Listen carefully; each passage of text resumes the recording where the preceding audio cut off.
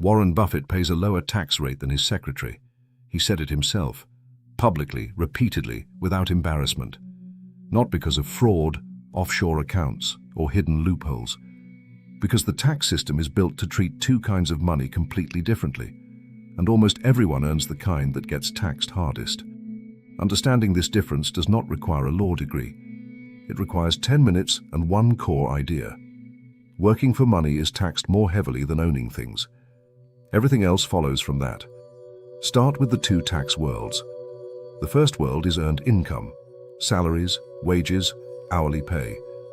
This is the money most people live on, and it is taxed the hardest. Federal income tax brackets in 2026 run up to 37% for the highest earners, and every paycheck also carries payroll taxes for Social Security and Medicare, collected automatically before the money ever arrives. A worker cannot defer it, time it, or restructure it. The tax comes out first. The second world is capital, money made from owning things. For the 2026 tax year, long-term capital gains rates are 0%, 15%, or 20%, depending on income level. Selling an investment held for less than a year triggers short-term capital gains taxed as ordinary income, potentially as high as 37%. Hold the same investment for more than a year, and the rate tops out at 20% for most investors. The same dollar of profit, taxed at nearly half the rate, purely because it came from owning an asset instead of doing a job. The US tax code taxes income, not wealth.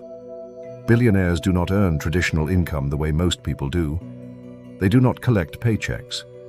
Their wealth grows through asset appreciation, stocks, real estate, businesses, that is not taxed until sold. That one fact unlocks the entire strategy.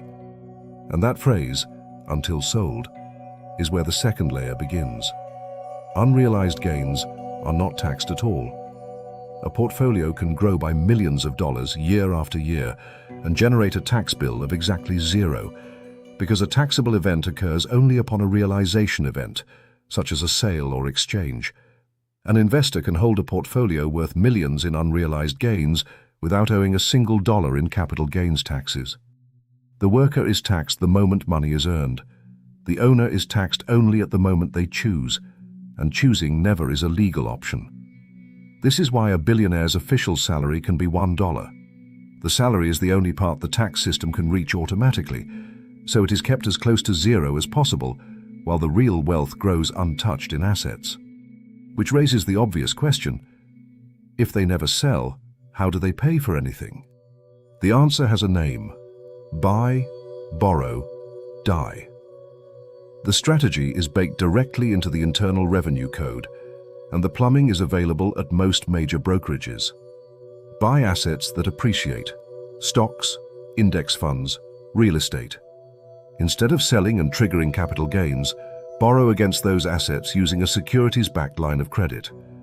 Loan proceeds are not income, so no tax is owed on the cash being spent. The logic is airtight. The highest income tax bracket is 37%. Selling stock would trigger capital gains tax at around 20%, but interest rates on loans are typically much lower than either. So the wealthy borrow at single-digit rates instead of selling at 20%, spending millions while their portfolios keep compounding and their tax bill stays at zero. The scale is real. Larry Ellison, founder of Oracle, used his shares as collateral for personal loans, including a $10 billion credit line, funding purchases like a $300 million Hawaiian island without selling shares or triggering taxes. Then comes the third word, die, and the part of the system that erases the tax permanently. When the owner passes away, the tax basis of their assets resets to current market value, a rule called the step-up in basis.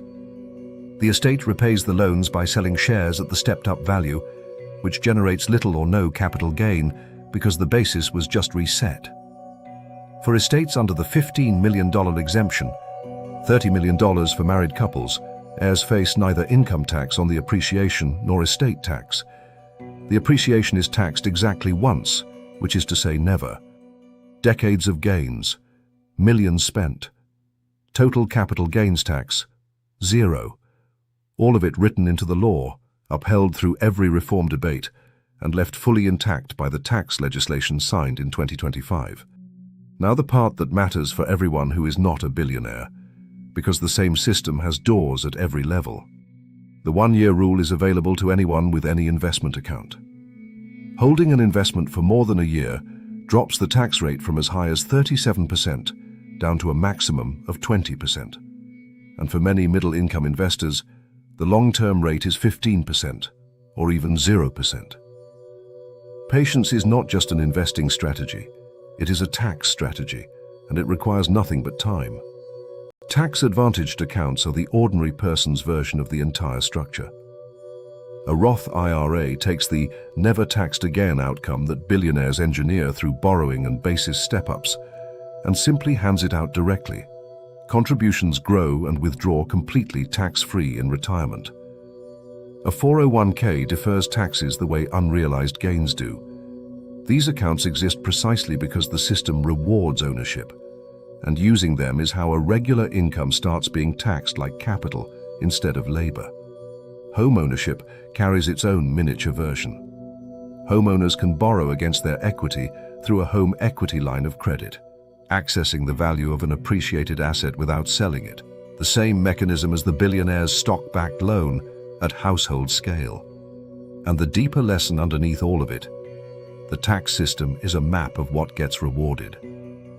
It rewards owning over earning, holding over trading, and assets over cash. A person who spends their whole life earning a salary, saving in a regular account, and never acquiring assets is choosing, usually without knowing it, the single most heavily taxed path through the entire system. None of this is a glitch. The tax code taxes income, not wealth. And that sentence, once understood, explains why every step covered on this channel matters more than it first appeared. The index fund is not just compounding, it is converting future money into the lightly taxed category. The first $10,000 is not just a milestone, it is the entry ticket into the side of the system that gets treated gently. Every video about building assets was quietly also a video about exiting the highest taxed lane. The rules are public. The accounts are open to anyone. The difference between the people the system punishes and the people it rewards has never been access. It has been knowing which game is actually being played. Drop a comment with the one tax question that has never gotten a straight answer. The next video covers the specific tax-advantaged accounts available in 2026, ranked by how much they save and how fast anyone can open them.